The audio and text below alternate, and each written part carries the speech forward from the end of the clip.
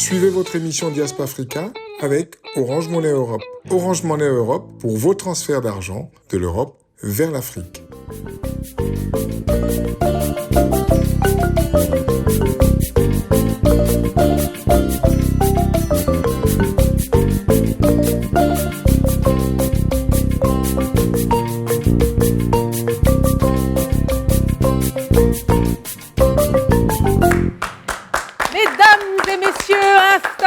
Votre émission Diaspora Africa va démarrer dans un instant. Comme chaque semaine, ici, sur le plateau, nous ramenons des personnalités de la diaspora du continent africain qui font briller l'Afrique et le reste du monde. Aujourd'hui, on aura le plaisir d'avoir deux grandes personnalités qu'on peut dès à présent applaudir. Nous avons notre cher sénateur, Monsieur Akli Melouli, bienvenue à vous. Vous êtes écologiste, vous êtes sénateur écologiste du Val-de-Marne et vice-président de la Commission des Affaires étrangères, de la Défense et des Forces armées du Sénat.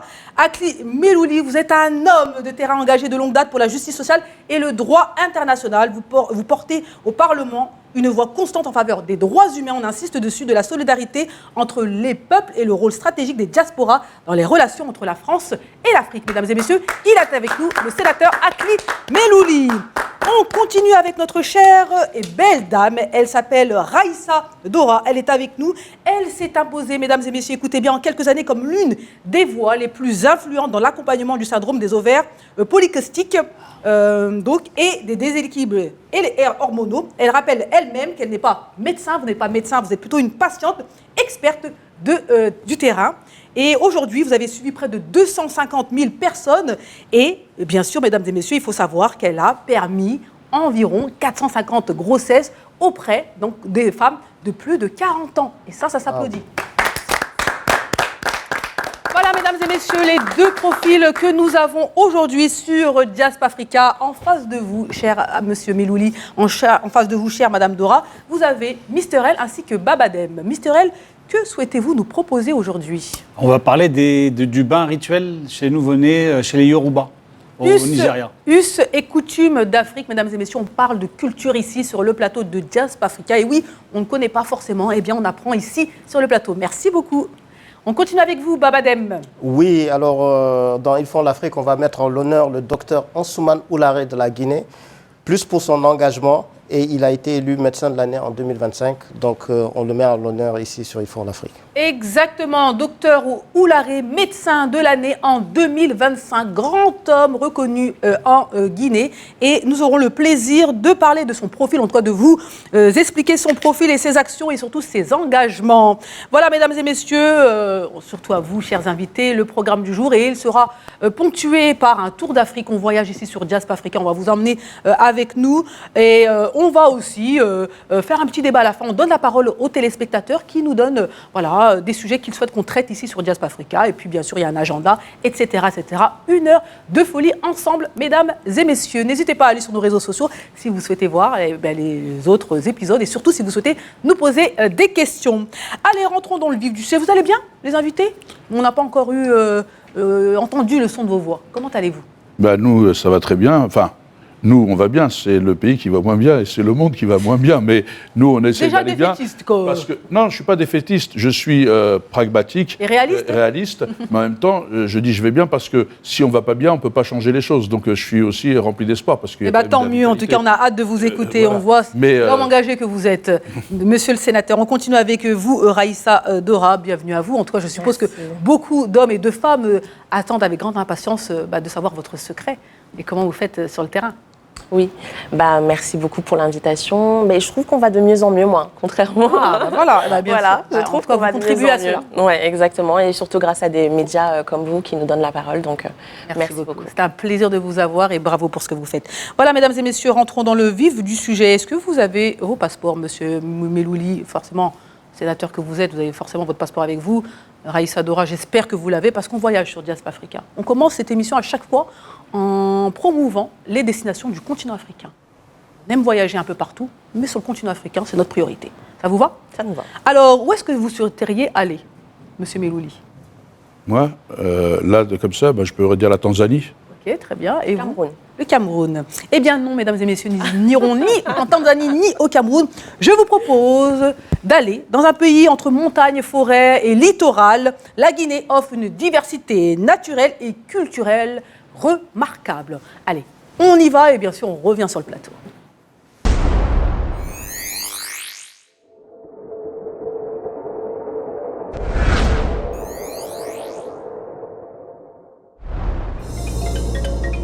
Entre hôtel moderne avec vue sur l'océan et lodge intimiste, Conakry offre un cadre idéal pour débuter votre voyage.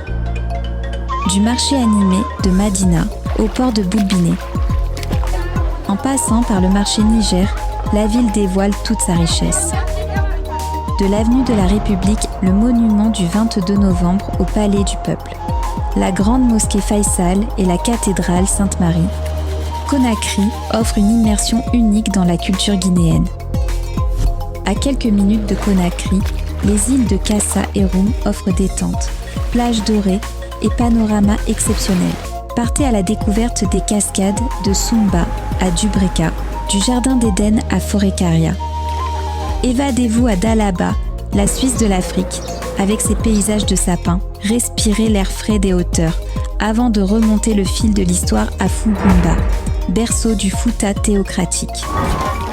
La Haute-Guinée, riche en tradition et histoire, vous accueille à Cancan, au bord du fleuve Milo.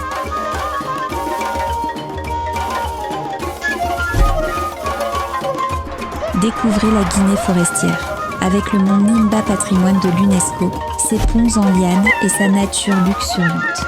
Vivez un voyage où chaque rencontre humaine et chaque tradition vivante vous dévoile une richesse émotionnelle unique.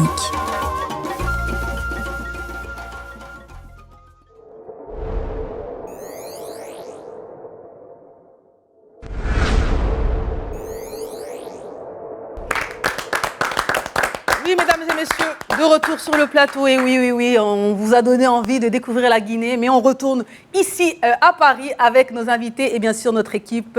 Alors, qui a déjà été en Guinée ici sur le plateau de Diaspora Africa? Baba, est-ce que tu valides, est-ce que tu confirmes ces images? Complètement. Moi, je n'ai pas eu la chance d'aller dans les régions. J'étais dans la capitale, mais c'est un très, très, très beau pays, vraiment à découvrir. Moi aussi, j'ai été en Guinée, pour le coup, magnifique pays, gens chaleureux, les différentes îles qu'ils ont à quelques kilomètres en bateau de Conakry aussi, à découvrir. Franchement, c'est un très, très, très beau pays avec un potentiel touristique qui est incroyable. Donc vraiment, moi, je vous invite à aller en Guinée, mesdames et messieurs, pour découvrir ce pays. Vraiment, vraiment, et la chaleur des Guinéens, ça, faut en parler, n'est-ce pas, Baba? Surtout, et j'en profite pour saluer les habitants de Kaloum et de Donka. Mais ils sont chaleureux. Ça, c'est même pas, comment on va dire, un slogan. C'est une réalité pour eux. Exactement, c'est une réalité. Et encore, là, on parle de Conakry, mais c'est 4 régions en Guinée qu'il faut absolument, avec des paysages différents, etc., etc. Donc, mesdames et messieurs, moi, je vous conseille d'aller en Guinée. Ça vous donne envie ou pas? Absolument. Moi, si je disais le contraire, j'aurais un problème parce que je suis le président du groupe d'amitié France-Guinée. Et donc, j'ai reçu... Et donc, en fait, j'aurais dû aller 3 fois en Guinée. Et à 3 fois, on a eu des problèmes d'agenda. Parce que le Conseil national de la transition m'a invité plusieurs fois, son président. Et donc, on a eu un problème d'agenda. Et notamment, on a travaillé parce que la Guinée, vous savez que la Guinée vient d'avoir des élections. Elle va installer ses parlements. Donc, elle va créer un Sénat. Elle n'avait pas avant. Donc, là, elle va créer une Assemblée et un Sénat. Donc, ils sont en train de travailler. Et donc, on a reçu, là, justement, dernièrement, il y a quelques jours, des cadres de la Guinée, de différents secteurs, pour justement travailler sur une formation ici avec la Guinée et avec l'ambassade de Guinée. Et donc, on est en train de travailler. Et donc, je dois aller en Guinée. Donc, si je disais l'inverse, je serais donc, déjà... quoi qu'il en soit, je pense que les images ne peuvent que confirmer votre envie d'aller en Guinée. On vous y verra incessamment. Je vous tiendrai au courant pour l'indégation quand même. On continue avec Iraïssa. Finalement, c'est magnifique. Vous disiez le Cameroun. Et est-ce que ça vous donne envie aussi? Non, ça donne envie. Ça donne envie. Les couleurs, les paysages, la chaleur. Exactement, envie d'y être. Allez, mesdames et messieurs, on continue cette émission. J'espère que vous allez tous très bien. Et moi, je vous propose d'accueillir notre premier invité. Il est là sur le plateau de Diaspora Africa et c'est le sénateur Akli Melouli. On l'accueille.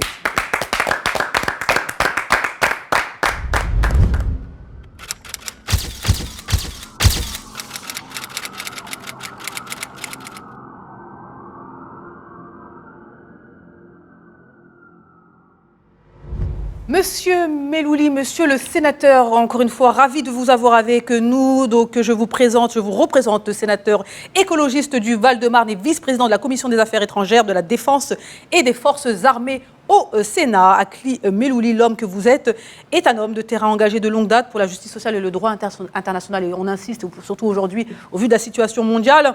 Vous portez au Parlement une voix constante en faveur des droits humains, mesdames et messieurs, de la solidarité entre les peuples et du rôle stratégique des diasporas. On en parlera dans un instant, notamment dans les relations entre la France et l'Afrique. Alors, rentrons d'abord dans le vif du sujet et surtout expliquons un peu à nos téléspectateurs le rôle du Sénat en France et le rôle que vous avez.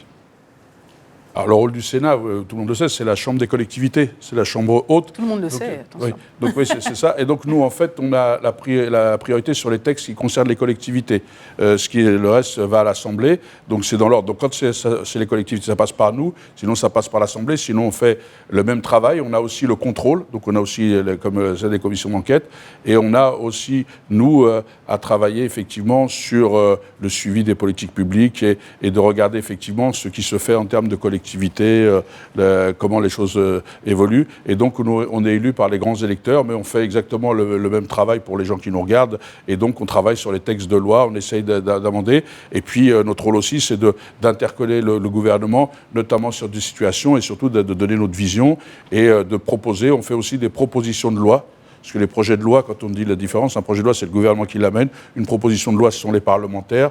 Et donc, on doit essayer de convaincre, on doit essayer de travailler, ce qui n'est pas simple. Et moi, en ce qui me concerne, c'est que j'essaie aujourd'hui au Sénat d'apporter justement cette voix de celles et ceux qu'on ne voit pas assez. Je veux dire que, en fait, si on les voit beaucoup, mais quand on monte dans la hiérarchie, on les voit moins. Donc, en fait, mon rôle, c'est d'essayer de faire entendre cette voix et de faire entendre cette voix avec cette sensibilité qui est celle d'un enfant au parcours qui vient d'ailleurs, dont les parents viennent d'ailleurs, et qui est bien français, mais qui est légitimement attaché à son pays d'origine, à son continent, parce qu'on pourra en parler. Et donc, nous avons une sensibilité, effectivement, parce que nous, sur les injustices, la justice sociale, sur la discrimination, sur la précarité, sur le traitement humaniste que l'on a à géométrie variable, on a ressenti tout ça, on l'a vécu à travers nos parents. Votre histoire personnelle a un impact sur vos choix de politique donc au Sénat, c'est ça? Oui, notre histoire personnelle, elle a un impact sur les votations. Je crois que c'est France Fanon qui disait « on a tous un destin à accomplir,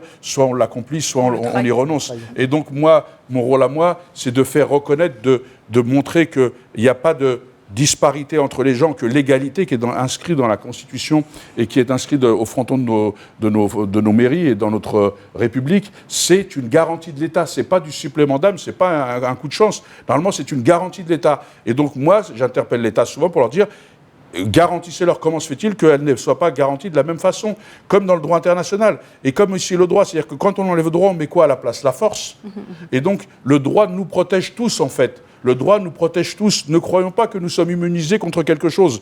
Et le monde bouge, les choses évoluent. Et donc le droit de tous. Et puis, mon rôle à moi, c'est aussi de leur rappeler, vous me parlez de diaspora, qu'il faut qu'on intègre qu'il y a un travail de mémoire à faire, il y a un travail de réparation à faire, il y a un travail de reconnaissance à faire. Et puis, il faut aussi décoloniser nos esprits parce que nous devons parler d'égal à égal avec les États africains. Et non plus avec des préjugés colonisateurs quand on s'adresse aux Africains, où il faudrait décider pour eux, où on pense que, comme certains l'ont dit, qu'ils ne seraient pas rentrés dans l'histoire. Donc pour moi, l'histoire, elle se fait ensemble et universelle. Vous défendez tout cela au Sénat, donc là vous le dites devant nos téléspectateurs, c'est la position que vous avez ouvertement au Sénat, notamment par rapport à vos actions, à vos choix politiques, à vos décisions au Sénat, c'est ça? Oui, c'est la position aussi de mon groupe que je défends, puisque je suis chef de file, donc du coup, sur les affaires étrangères et notamment aussi sur les Outre-mer. Je le défends aussi dans les territoires d'Outre-mer.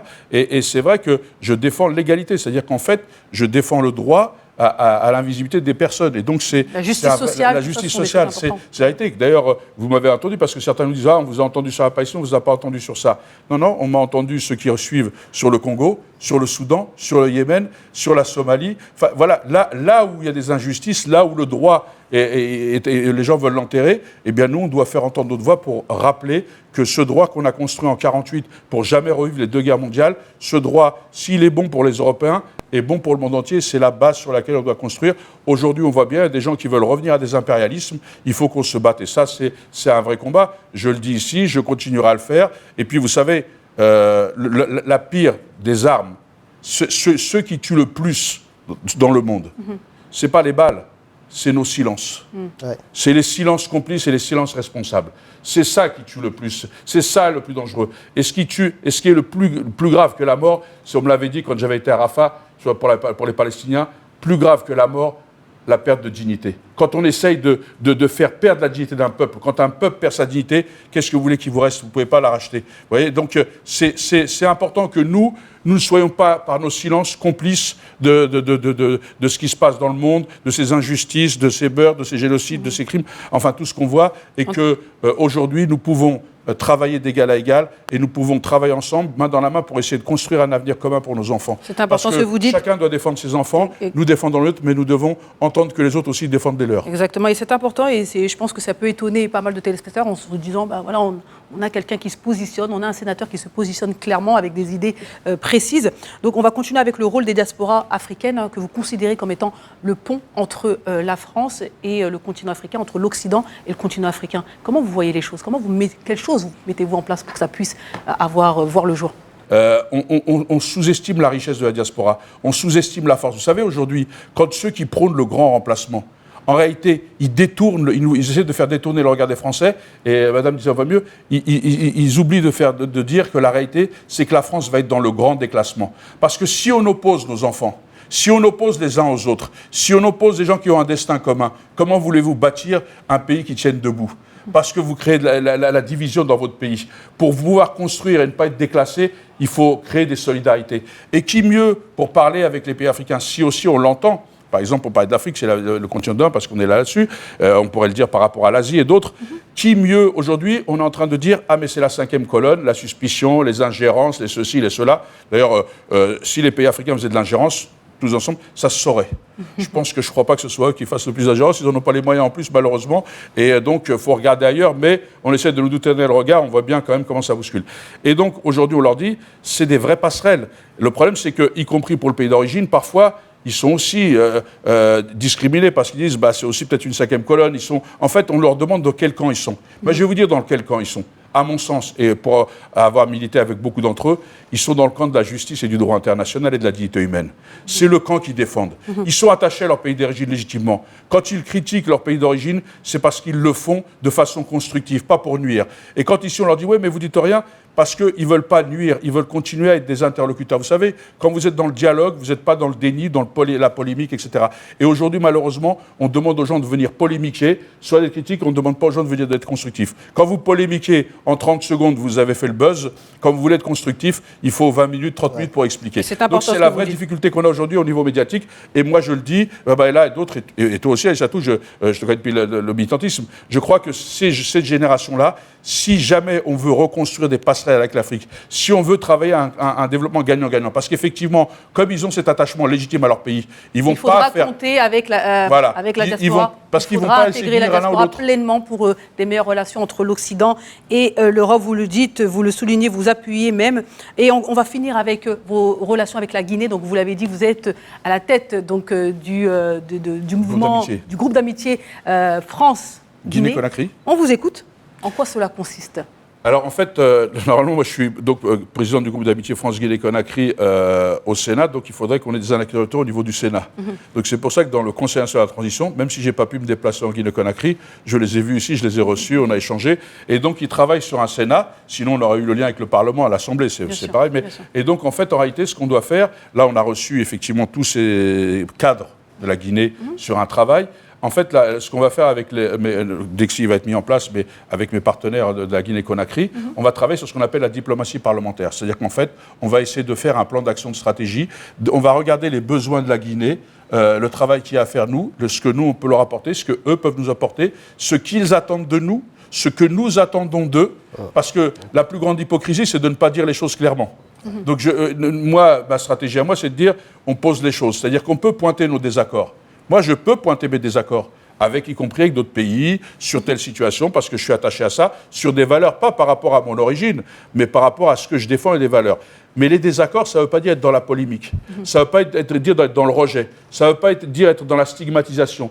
Il faut le savoir, avoir des désaccords, c'est au moins poser le cadre pour pouvoir bâtir des choses solides. Donc l'objectif de ce groupe France Guinée, c'est ça, c'est de construire des relations amicales, des relations durables entre la France et la Guinée. Voilà, et donc nous de travailler donc aussi avec la diaspora guinéenne et l'ambassade de Guinée ici, parce que je ne vais pas travailler uniquement avec les parlementaires, on va continuer le travail. C'est-à-dire que voilà, en tous les cas, le rôle de la diplomatie parlementaire, c'est effectivement, je le dis aux gens, c'est que nous, on doit garder le lien. Même le fil le plus ténu possible, on doit essayer de le tenir. Parce que vous savez, et je vais finir là-dessus, vous savez, la dernière marche avant la guerre, c'est la diplomatie. La première marche après la guerre, c'est la diplomatie. Donc c'est ce lien ténu. Quand on dit qu'il faut augmenter les dépenses militaires, etc., bon, ça peut s'entendre. Mais si en même temps vous n'augmentez pas les moyens diplomatiques, il y a un problème. Parce que c'est quand même le levier. Négatives. Et quand vous baissez de l'autre côté l'aide au développement, c'est quand même aussi problématique parce que c'est aussi un des leviers diplomatiques. C'est un des leviers diplomatiques de dialogue. C'est-à-dire qu'à un moment donné, quand l'autre, il sait que vous avez de l'empathie, de la bienveillance vis-à-vis de lui, il est plus à même de vous écouter et d'être votre allié que quand vous avez un regard prédateur. Très bien. En tout cas, le message est passé, mesdames et messieurs. Nous avons le plaisir d'avoir le sénateur, M. Melouli, avec nous, un homme engagé, je l'ai dit, un homme de terrain et qui ramène tout ça à l'Assemblée nationale, notamment au Sénat, plutôt. Et mesdames et messieurs, il était avec nous, il est encore avec nous. On aura certainement d'autres questions à lui poser. On peut l'applaudir. Et oui, on l'a dit, cette émission Diaspora Africa est très engagée. L'objectif, c'est de faire venir ici sur le plateau des personnes qui ont des choses à dire, des personnes qui agissent sur le terrain, aussi bien ici en France, en Occident, que sur le continent africain. Dans un instant, nous aurons le plaisir d'avoir une autre femme, une femme qui, elle, agit différemment, mais avec un impact aussi important, tout aussi important. Allez, mesdames et messieurs, on continue. Est-ce que vous allez bien ? Oui, ça va. Très bien. Allez, pour le coup, moi je vous propose d'utiliser les buzzers. Personne ne m'a demandé, notamment ni Raïssa, ni M. Melouli, à quoi servait le buzzer. Ça fonctionne. Ah oui, à quoi sert le buzzer? Mais c'est pas grave. Quoi qu'il en soit, ici, on essaye un peu de vulgariser l'information, un peu de culture générale. Donc rien de très compliqué. Les questions, moi-même, je les connaissais pas. Les réponses non plus. Mais voilà, on travaille ensemble, mesdames et messieurs. Alors moi, je vous propose de jouer. Question rapide. Quel pays africain, je pense que vous allez répondre assez rapidement, est le plus peuplé du continent africain avec combien d'habitants? Nigeria. 200 oui. millions. 210, je crois, non? Non. Ah, c'est pas C'est ça. bien le Nigeria, mais c'est pas 210. Ah, d'accord. Déjà la capitale, à la gauche, ils doivent être 30 ou 35 millions déjà d'habitants, je crois. Ils sont pas loin des 400 millions, plutôt proches 350. 350, je crois. Ah ouais, c'est autant. Non. C'est 350, je crois, 350 millions. Non, c'est un peu trop. C'est trop. Moi, j'étais à 150 000. Ah non, 150 000. Non, millions. Millions.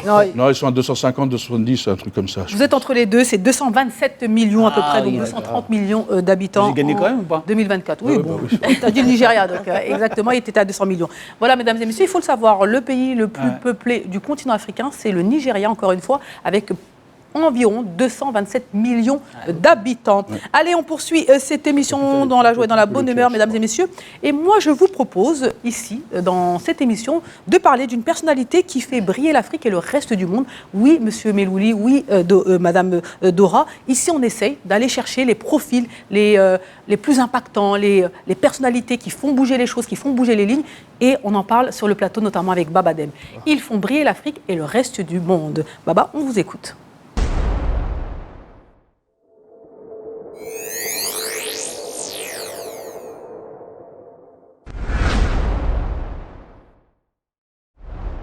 Oui, alors dans Ils font briller l'Afrique, c'est une excellente transition avec ce que le sénateur nous disait tout à l'heure, le droit qui nous protège. Et là, c'est le droit à la santé qui nous protège. Donc en Guinée, avec le docteur Ansoumane Oularé, c'est la mise en place de la couverture santé universelle qui est portée au plus haut niveau par la commission santé.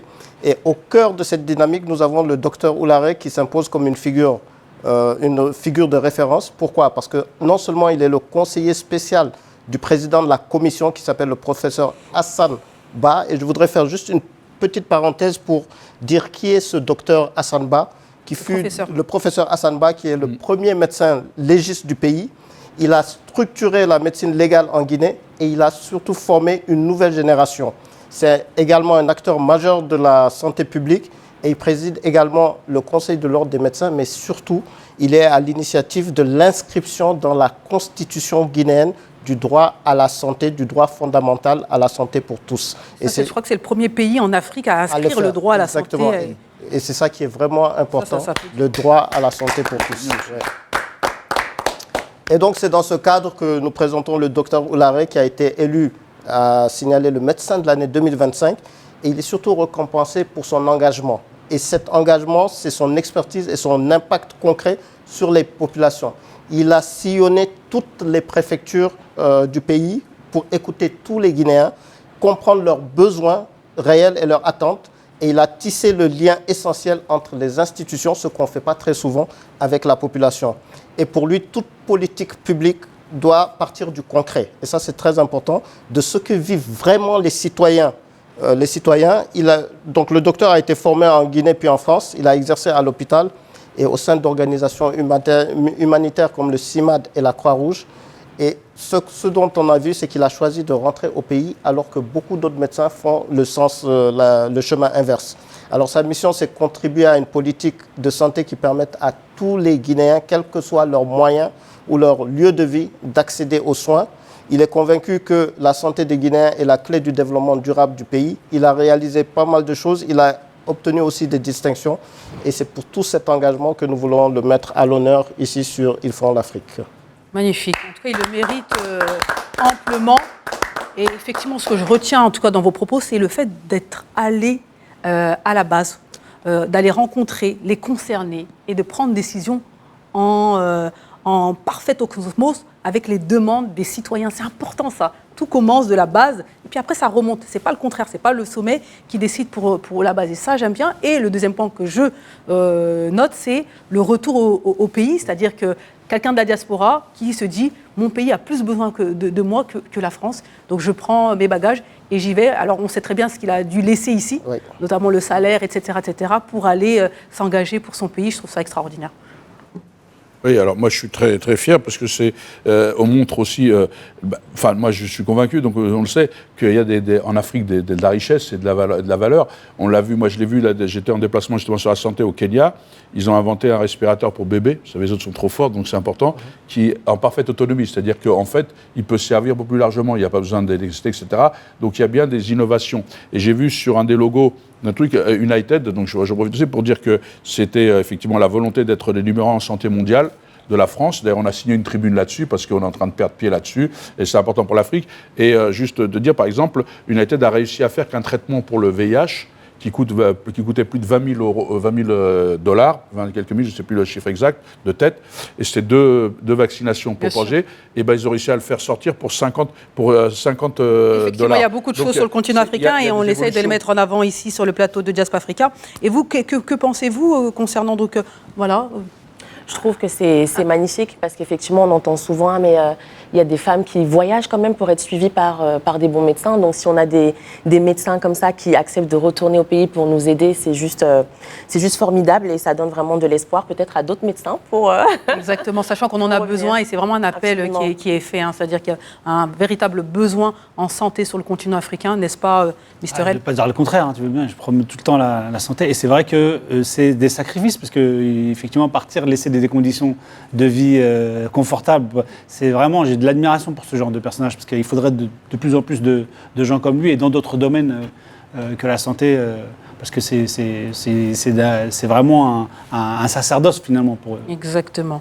Voilà, mesdames et messieurs, merci beaucoup, Babadem. On continue cette émission. Moi, je vous propose maintenant d'accueillir notre chère Raïssa Dora à la barre. Cette fois-ci, on va l'écouter.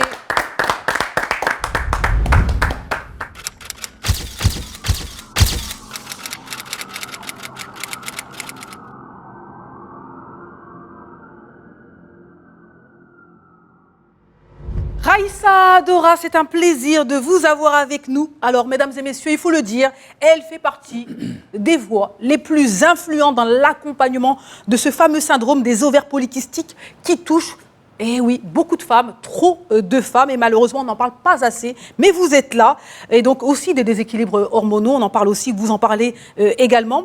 Donc, vous le dites, hein, vous avez d'abord été une patiente, vous avez été touchée par ce syndrome, et vous avez subi des traitements très lourds. Et finalement, c'est ce qui a été pour vous déclencheur de ce fameux déclic, à savoir, il faut que je règle ce problème qui touche trop de femmes et qui fait trop de mal.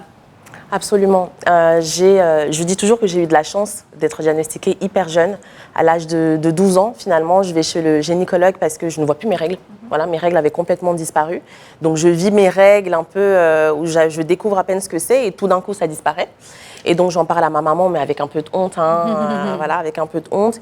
Et ma maman me dit, mais non, il n'y a pas de souci. On va aller directement chez le gynécologue pour que tu puisses consulter, voir ce qui se passe. Bien sûr. Ma mère était également atteinte du syndrome des ovaires polykystiques. Donc, quand je lui ai annoncé ça, j'ai vu dans son regard qu'elle s'est dit, aïe, j'espère que ma fille n'est pas touchée par ça.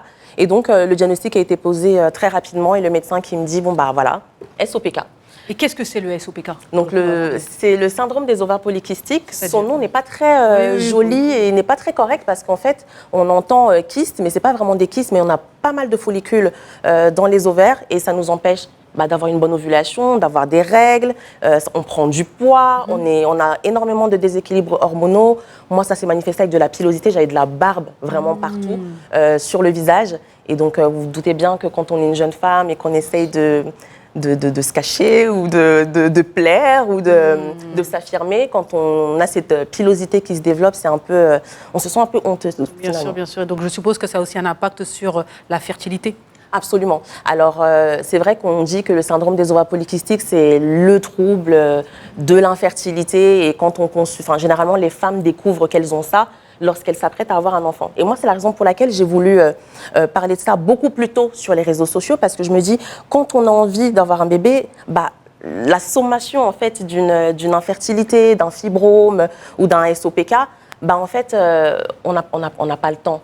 Donc, je me suis dit, je ne vois pas beaucoup de personnes sur les réseaux sociaux parler de l'avant. Comment ça se passe avant ce fameux projet bébé, sachant qu'on peut être diagnostiqué à 12 ans, comme moi, par exemple. Bien sûr, bien sûr. Et donc, traiter le mal avant même d'avoir envie d'enfanter. Finalement, Exactement. on réduit le temps de traitement, enfin, le temps d'attente, notamment pour les bébés. Donc, en tout cas, vous avez patiente, et puis ensuite, maintenant, vous êtes une femme de terrain, c'est-à-dire que vous avez réussi à accompagner de différentes manières donc ces femmes touchées par ce syndrome. Donc, expliquez-nous ce que vous avez découvert. Peut-être pas le secret, mais en tout cas, expliquez-nous ce que vous avez découvert et comment vous avez changé la vie de nombreuses femmes.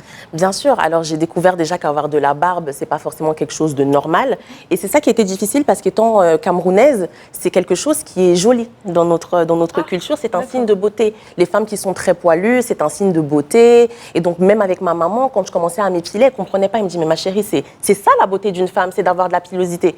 Sauf qu'en fait, quand je grandis et que je me rends compte que les médecins me disent il y a trop d'hormones mâles, il y a une hyperandrogénie, il faut faire le laser, il faut prendre une pilule. En fait, je me dis, mais finalement, on m'a dit que c'était un signe de beauté. Ici, on me dit que c'est un déséquilibre hormonal. Donc, j'étais un peu perdue entre ce qu'on me dit quand je suis au Cameroun, ce qu'on me dit quand je suis ici. Et en fait, voilà, moi, évidemment, à 12 ans, lorsque le gynécologue dit à ma maman qu'il faut que je prenne la pilule, il était hors de question que ma mère accepte ça.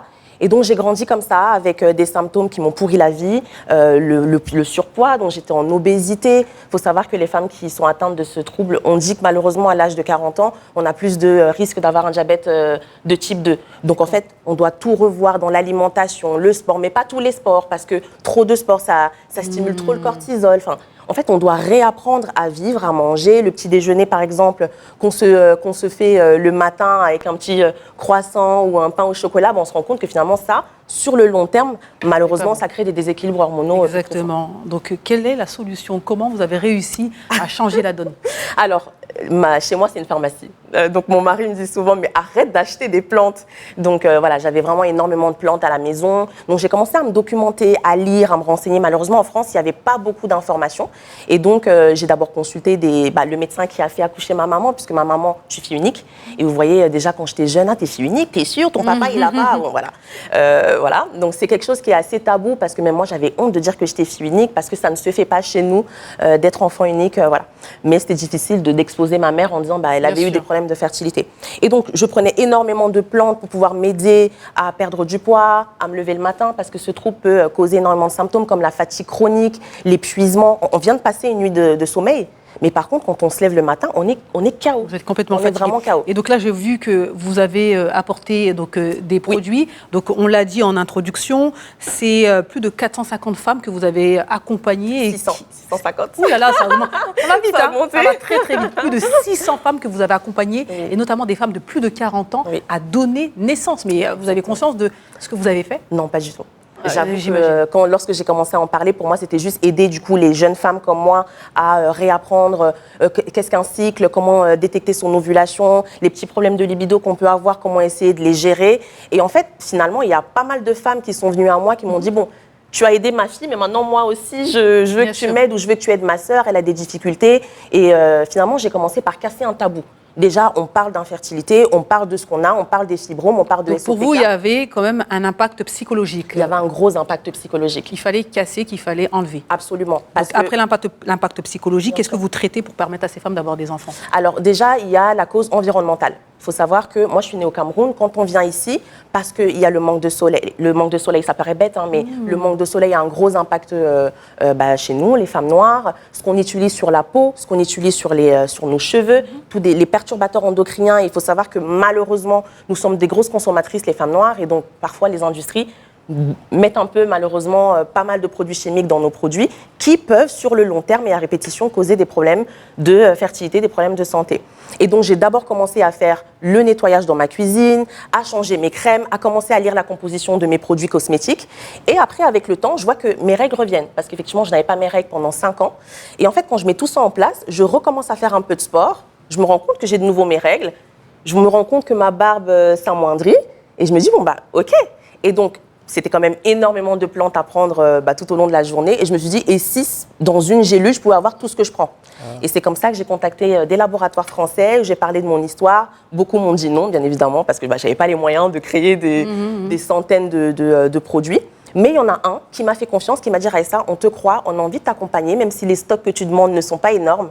Ton histoire nous a touchés et c'est comme ça que j'ai commencé à développer d'abord un produit, puis aujourd'hui plus de 13 produits. On retrouve des plantes naturelles, on retrouve Absolument. quoi? C'est quoi le petit secret? Voilà, parfois on retrouve des plantes comme le safran, par exemple, comme je vous ai parlé de l'impact du stress, du cortisol.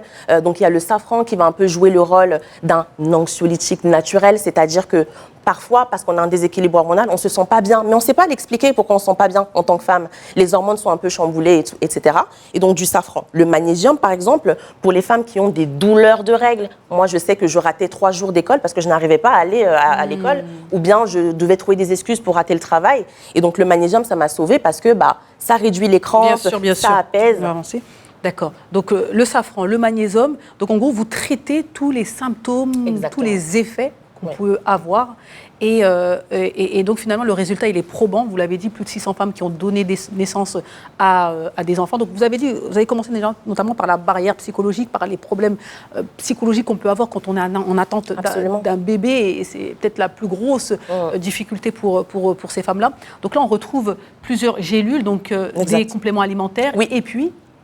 Et puis, effectivement, ça, c'est une formule poudre parce que j'écoute beaucoup ma communauté. Il y a des filles qui m'ont dit, mais Raïssa, moi, là, je ne peux pas prendre 10 gélules par jour. Et donc, j'ai créé une formule poudre où on retrouve effectivement également quelques compléments alimentaires qu'il y a ici en gélule, mais pour les personnes qui ne supportent pas les consommer. D'accord. Et donc, quelles sont les conséquences? C'est-à-dire que j'ai, 35 ans, j'ai donc le SOPK et j'arrive pas à enfanter. Donc, vous m'accompagnez, On traite le problème à la racine et non pas juste la surface. J'ai de la barbe, c'est pas j'enlève ma barbe. Non, le problème hormonal à l'intérieur n'est pas réglé. Et donc, on essaye de traiter l'hyperandrogénie naturellement par des plantes comme le palmier nain, par exemple, comme les graines de courge, par exemple, comme des infusions de menthe, des trucs tout bêtes, en fait, qui réduisent l'hyperandrogénie, qui peut, du coup, avoir un impact sur les grossesses. D'accord, très, très bien. En tout cas, moi, je vous applaudis. Merci.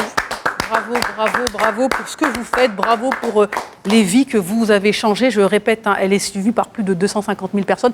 À l'époque, peut-être que là, on a déjà atteint les 300 000 personnes. On a une grande personnalité là, une influenceuse positive. J'utilise le mot influenceuse exprès parce que ce n'est pas négatif, mais lorsqu'on fait du bien aux gens, lorsqu'on influence le comportement des gens pour leur permettre d'avoir des enfants, pour leur permettre de bien vivre, eh bien oui, vous êtes une influenceuse positive et on vous remercie pour tout ce que vous faites. Merci, et je pense que je parle au nom de toutes les femmes que vous avez accompagnées et que vous accompagnerez.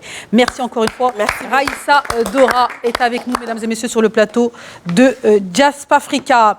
Allez, on poursuit cette émission avec l'agenda des diasporas. Chaque semaine, vous le savez, nous vous permettons ici d'avoir une visibilité concernant vos événements en lien avec le continent africain, événements, fêtes et surtout conférences. Eh bien, mesdames et messieurs, n'hésitez pas. Allez, c'est parti, l'agenda. L'agenda des diasporas avec Orange Monnaie Europe.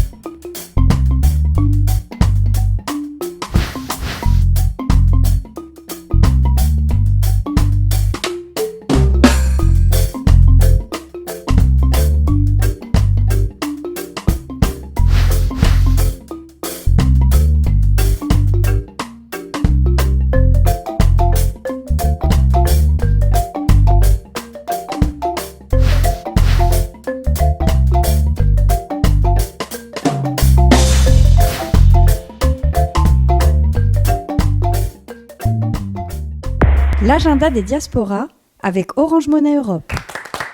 Voilà, mesdames et messieurs, de retour sur le plateau de Diaspora Africa. J'espère que vous allez tous bien. N'hésitez pas encore une fois à nous envoyer vos événements ici dans cette émission. Allez, je vous propose de faire une courte pause. Restez bien sûr connectés, restez bien sûr avec nous. Et puis on revient pour la suite de l'émission. Allez, c'est parti.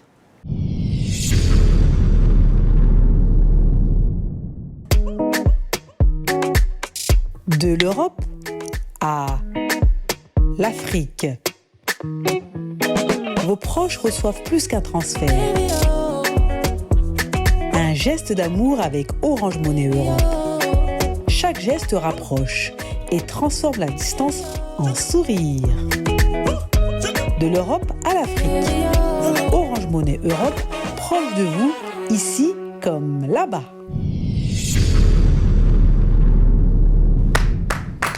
Mesdames et messieurs, ravis pour ceux qui nous rejoignent. Merci à ceux qui sont restés. On continue cette émission.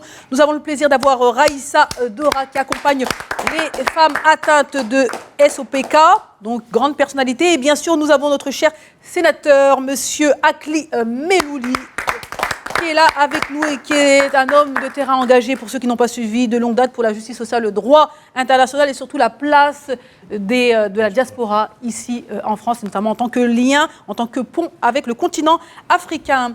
Allez, on poursuit cette émission. Moi, je vous propose de donner la parole à notre cher Mister L. Et oui, comme chaque semaine, mesdames et messieurs, on essaye d'aller vous chercher des informations du continent africain, et notamment des informations culturelles. Et ça, c'est important pour nous. Us et coutumes d'Afrique avec Mister L.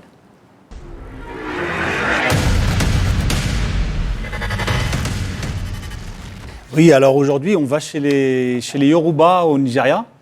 C'est un peuple qui, lorsque l'enfant naît, en fait, il y a un bain traditionnel pour célébrer cette naissance. Parce qu'en fait, la naissance ne s'arrête pas à l'accouchement. C'est-à-dire quelques jours après, comme dans certaines traditions où il y a, tu sais, la circoncision, là, c'est un bain traditionnel. On va prendre, il va prendre son bain. C'est pas hygiénique, hein, c'est vraiment un bain traditionnel pour.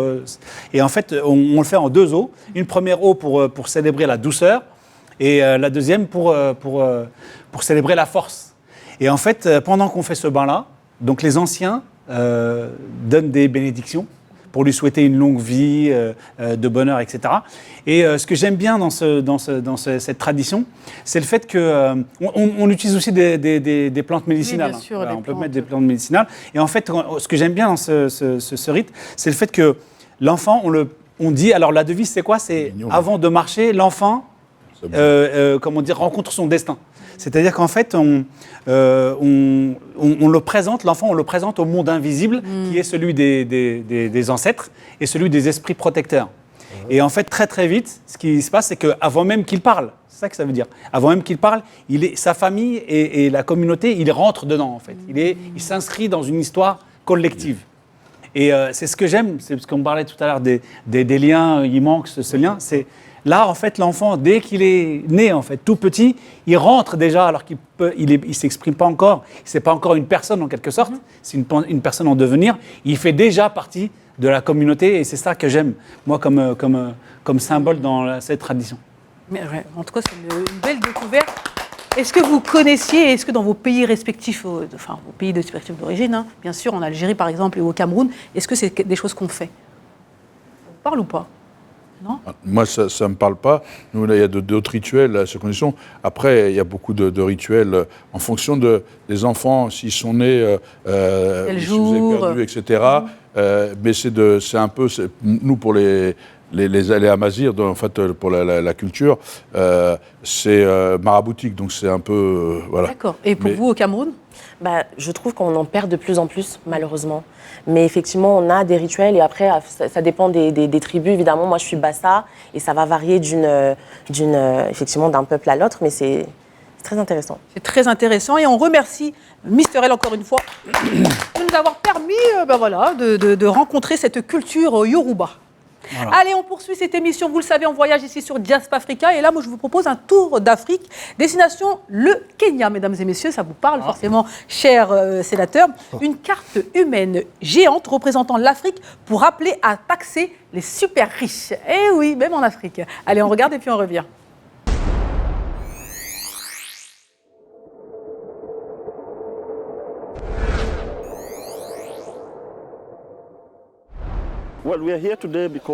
Nous sommes ici aujourd'hui parce que nous avons un processus international sur la Convention fiscale des Nations Unies, mené notamment par les pays africains, qui vise à examiner les règles fiscales importantes qui doivent être révisées et celles qui doivent être équitables pour les pays, mais aussi à étudier les moyens dont disposent les pays pour générer des recettes, notamment en imposant les super riches qui ne paient pas leur juste part d'impôts. À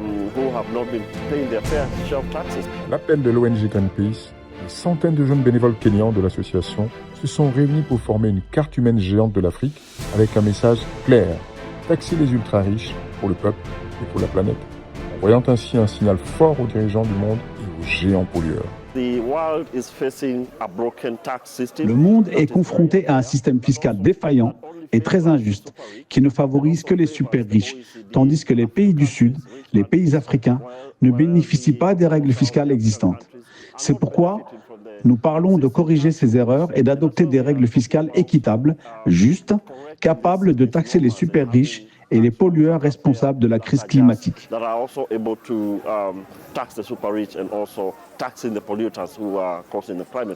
C'est important de se rappeler qu'en tant que dirigeants, en tant que citoyens de ce pays, en tant que leaders mondiaux, nous devons promouvoir cette campagne pour une fiscalité équitable, car ce n'est pas seulement moi qui suis concerné en tant que jeune, ça vous concernera vous aussi, ça concernera tout le monde, tant que vous vivez sur cette planète. Quand on parle des super riches, on parle d'un petit 1% des personnes fortunées dans le monde qui possèdent leurs propres entreprises, contrôlent la richesse et les moyens de production, et ces gens ne paient pas leur juste part d'impôts. Ils payent très peu. Mais si l'on regarde bien, les classes supérieures et moyennes paient beaucoup d'impôts. Elles doivent supporter la charge fiscale, mais les 1%, les super riches, trouvent des moyens de ne pas payer d'impôts.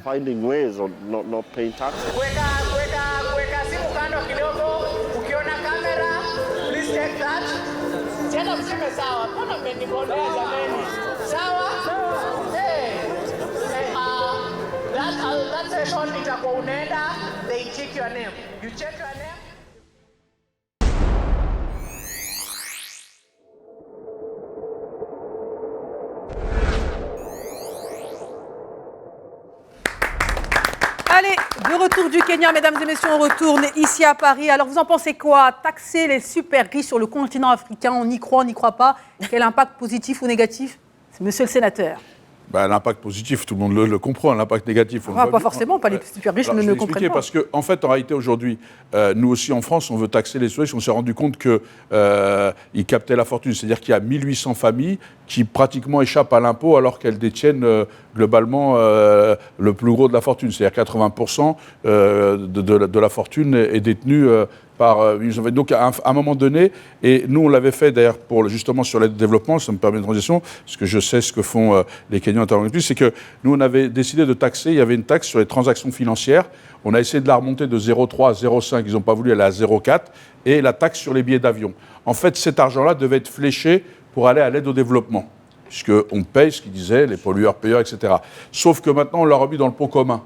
Donc même quand on l'augmente, ça ne va pas directement à l'aide au développement. Donc moi, je suis favorable pour qu'effectivement, pour qu'on répare ce qu'on détruit, parce qu'il y a des choses qu'il faut réparer, qu'il y ait effectivement cette taxe qui aille sur l'aide au développement.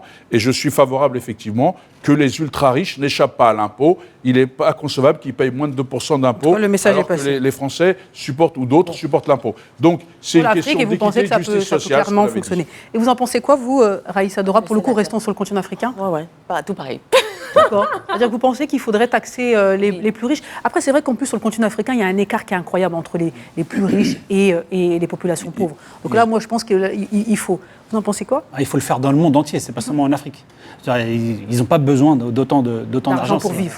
C'est indécent même. C'est indécent même. Quand tu fréquentes ce genre de personnes et que tu la rencontres, tu vois bien qu'ils n'ont pas besoin de cet argent en réalité. Exactement, on est d'accord. Baba? Franchement. Non, pareil que Il faut taxer quoi qu'il en soit. Dans le monde. Ouais. En tout cas, le message est passé, mesdames et messieurs. On est plutôt pour ici sur la taxation des plus riches. Les plus riches continuent à nous regarder. Rassurez-vous, nous, on ne vous prend rien.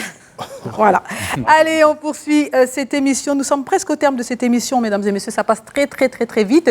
Et moi, je vous propose un pitch. On permet à des personnalités, à des personnes, entre guillemets, lambda, à des entrepreneurs, à des militants de prendre la parole, de nous donner des informations qu'ils souhaitent ou à chercher éventuellement des porteurs de projets, des investisseurs, etc. etc. C'est parole ouverte à nos téléspectateurs. Et là, nous avons le plaisir d'avoir Awa Dramé, que nous avons déjà reçu ici sur le plateau de Diasp Africa, qui nous parle des défis donc de l'entrepreneuriat sur le continent africain. Allez, on regarde et puis on revient. Je suis Awa Dramé, entrepreneur et notamment fondatrice de Time to Start, qui est un dispositif d'accompagnement à la création d'entreprises à destination des entrepreneurs issus de la diaspora et également des entrepreneurs en Afrique. Notre mission, c'est de proposer des programmes d'incubation, d'accélération, de financement pour soutenir les chefs d'entreprise et leur permettre de réussir dans les meilleures conditions. Nous proposons également d'accompagner les acteurs locaux dans leur montée en compétences et le renforcement de l'accompagnement des entrepreneurs au niveau local.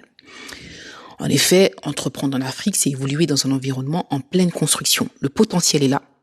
On a une jeunesse nombreuse, créative, connectée au monde et surtout désireuse de créer de la valeur. En fait, l'enjeu aujourd'hui n'est plus de prouver cette énergie, mais plutôt de réfléchir à comment mieux l'accompagner. Et pour cela, il faut travailler sur différents axes. Le premier point, c'est l'accès au financement. Les initiatives, effectivement, existent. Il y a des solutions alternatives qui commencent à se développer, mais il est essentiel de renforcer les mécanismes adaptés aux réalités locales, aux réalités de chaque pays, pour permettre aux entrepreneurs de passer de l'idée au business et du business à la croissance. Le deuxième axe, ce sont les infrastructures, notamment le transport, l'énergie, le numérique, qui constituent des leviers stratégiques. Chaque progrès dans ces domaines a un effet direct sur la compétitivité des entreprises et leur capacité à se développer, leur capacité à attirer des investisseurs. Le troisième axe, c'est l'environnement entrepreneurial qui doit être amélioré. Même si aujourd'hui il se structure, il doit être simplifié. Donc simplifier les démarches, renforcer la lisibilité des règles et instaurer surtout un climat de confiance avec les entrepreneurs afin d'encourager les initiatives privées et encore une fois attirer les investissements. Un autre axe majeur concerne la montée en compétences. Aujourd'hui, la jeunesse africaine, elle apprend vite. Elle a besoin de formations plus pratiques, moins théoriques, mieux alignées avec les besoins du marché et l'entrepreneuriat actuel. Prenons l'exemple de la Guinée. La Guinée, c'est un pays qui dispose d'atouts considérables. une population jeune, des ressources qui sont quand même importantes, des ressources naturelles importantes, et une très forte envie d'entreprendre. Et donc, en renforçant l'accompagnement de ces entrepreneurs, la formation et la structuration de l'écosystème, la Guinée peut clairement accélérer l'émergence d'entreprises locales, solides et surtout créatrices d'emplois. C'était Awa Dramé pour l'émission Diaspora Africa. Bravo à Awa Dramé, c'était clair, c'était fluide, c'était précis. Merci. Je pense qu'on a tous compris et on valide les propos tenus par Awa, en tout cas les exemples concrets qu'elle a pu donner, forcément, je suppose, rapidement. Oui, moi j'ajoutais ajouter à la valeur, parce qu'il faut de la valeur ajoutée. Et moi je défends, il faut aussi, c'est-à-dire valeur ajoutée, c'est-à-dire que ça a un impact et un intérêt. Et effectivement, je défends aussi, après on peut dire les industries, mais l'industrie régionale, c'est-à-dire parce que l'industrie, elle doit aussi être le développement des conditions de vie, de la structuration, etc. Aujourd'hui, il y a des multinationales qui s'installent, mais qui n'ont pas besoin de ces infrastructures, qui ont leurs propres infrastructures, et donc ça ne bénéficie pas aux citoyens, aux concitoyens, aux gens qui vivent dessus. Une économie réelle, une économie sérieuse, c'est une économie qui bénéficie d'abord aux citoyens, aux résidents, etc. Donc, exactement, c'est très important. De déplacement, la santé, les hôpitaux, les écoles, etc. Un impact direct sur le quotidien. Dans l'environnement entrepreneurial, ne pas oublier l'environnement social, culturel, parce que c'est quand même aussi un bassin de vie. Et Raïssa, vous en pensez quoi ? C'est ce qui parfois nous donne un peu peur finalement de se lancer. Je pense qu'on a besoin de plus de personnes comme ça qui nous aident, qui nous tiennent la main et qui nous montrent en fait vers où se diriger. Donc je trouve que c'est une initiative qui est magnifique. Merci beaucoup, Raïssa Dora. Voilà, mesdames et messieurs, nous sommes quasiment au terme. Question pour un champion, question pour une championne. Combien de pays compte le continent africain aujourd'hui ? Attention. Ça dépend si c'est 53 ou 54, parce que ça dépend du débat sur la République sahraoui qui fait partie de l'Union africaine. 54 Non. 55. C'est 55. C'est 55. C'est 55, mesdames et messieurs, depuis l'adhésion du Soudan du Sud. Exactement. Donc, le Soudan, c'est terrible ce qui se passe. C'est dramatique ce qu'on est en train de vivre le Soudan. Voilà, mesdames et messieurs, nous sommes au terme. Et là, il y a la question posée par le téléspectateur, c'est Ayana de Strasbourg. La diaspora a-t-elle un rôle à jouer dans le renouvellement des relations Afrique-Occident ? Question posée par Ayana de Strasbourg. Qui, aujourd'hui, connaît le mieux ces deux continents quand ils sont appliqués ? Donc, qui, effectivement, aujourd'hui, mais il faut qu'effectivement la diaspora, elle fasse, effectivement, elle éclaire tout ça et qu'elle joue ce rôle. Mais si aujourd'hui on n'utilise pas les diasporas, qui fera ce lien ? Qui réinstaurera la confiance nécessaire pour agir entre nos deux rives ? Et donc aujourd'hui, il faut que des deux côtés des deux rives, nous reconnaissions cette diaspora. Ces enfants peuvent choisir leur avenir dans tel endroit, mais ils sont légitimement attachés, ils ont des racines. Ils ne peuvent pas y renoncer. Et il faut ici aussi que l'Occident comprenne que ces enfants qui ont des racines et qui sont légitimement attachés à leur pays d'origine ne sont pas une cinquième colonne. Ce sont des gens qui sont déjà dans l'universel, qui ont peut-être déjà un temps d'avance et qui regardent le monde plus largement que ce qu'on voudrait faire croire ou ce que l'on pense d'eux. Ils n'ont pas d'œillères, ils sont ouverts au monde. Merci beaucoup. Quoi qu'il en soit, vous êtes spécialisé dans ces questions-là et on le voit ici sur le plateau de Diaspora Africa. On continue avec vous, Raïssa Dora. Est-ce que vous considérez que vous pouvez jouer ce rôle de pont entre la France, par exemple, et le Cameroun ? Oui, absolument. Et j'essaye de le faire. Quand j'ai la possibilité de sauter dans un avion et d'aller dans un pays, vous m'avez d'ailleurs donné envie d'aller en Guinée, j'y vais parce que je trouve ça important de ne pas laisser justement mes sœurs. Je suis une femme noire camerounaise, je crée pour mes sœurs. Mes sœurs ne sont pas qu'ici, donc il est important pour moi d'aller à leur rencontre et puis de leur apporter des solutions par la facilité qu'on a aussi ici. Et ça permet, je pense, de développer effectivement pas mal de choses et d'ouvrir aussi les débats avec tout ce qui est ministère de la Santé pour qu'on puisse apprendre à nos jeunes filles de prendre soin de leur hygiène intime dès le bas âge avec des produits hyper simples, quoi. C'est clair. Merci beaucoup. Rapidement, Baba, ainsi que Mr. L. Oui, dans le renouvellement des relations, parce qu'avant, ce qu'on pouvait considérer, c'est, on disait, ceux qu'on envoyait, les coopérants, c'était comme des mercenaires, c'est-à-dire qu'ils prenaient et retournaient. Or là, on peut faire confiance à la diaspora parce qu'ils ont un lien dans le pays. Donc la relation est beaucoup plus intéressante. Mister L, il était temps de faire intervenir ceux qui ont qui sont des binationaux en fait. Et ils sont un pont entre l'Afrique et l'Europe. Et effectivement, ils ont un lien puisqu'ils ont le pied dans les deux cultures. Donc effectivement, ils peuvent servir, plus que jamais, à améliorer les relations entre le Nord et le Sud.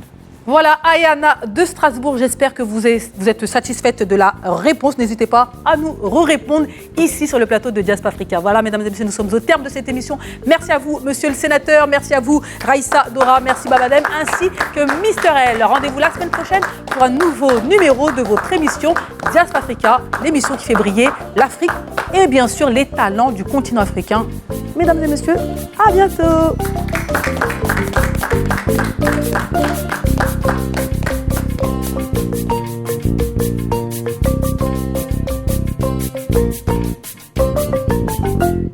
Cette émission vous est offerte par Orange Monnaie Europe. De l'Europe à l'Afrique, Orange Monnaie Europe, proche de vous, ici comme là-bas.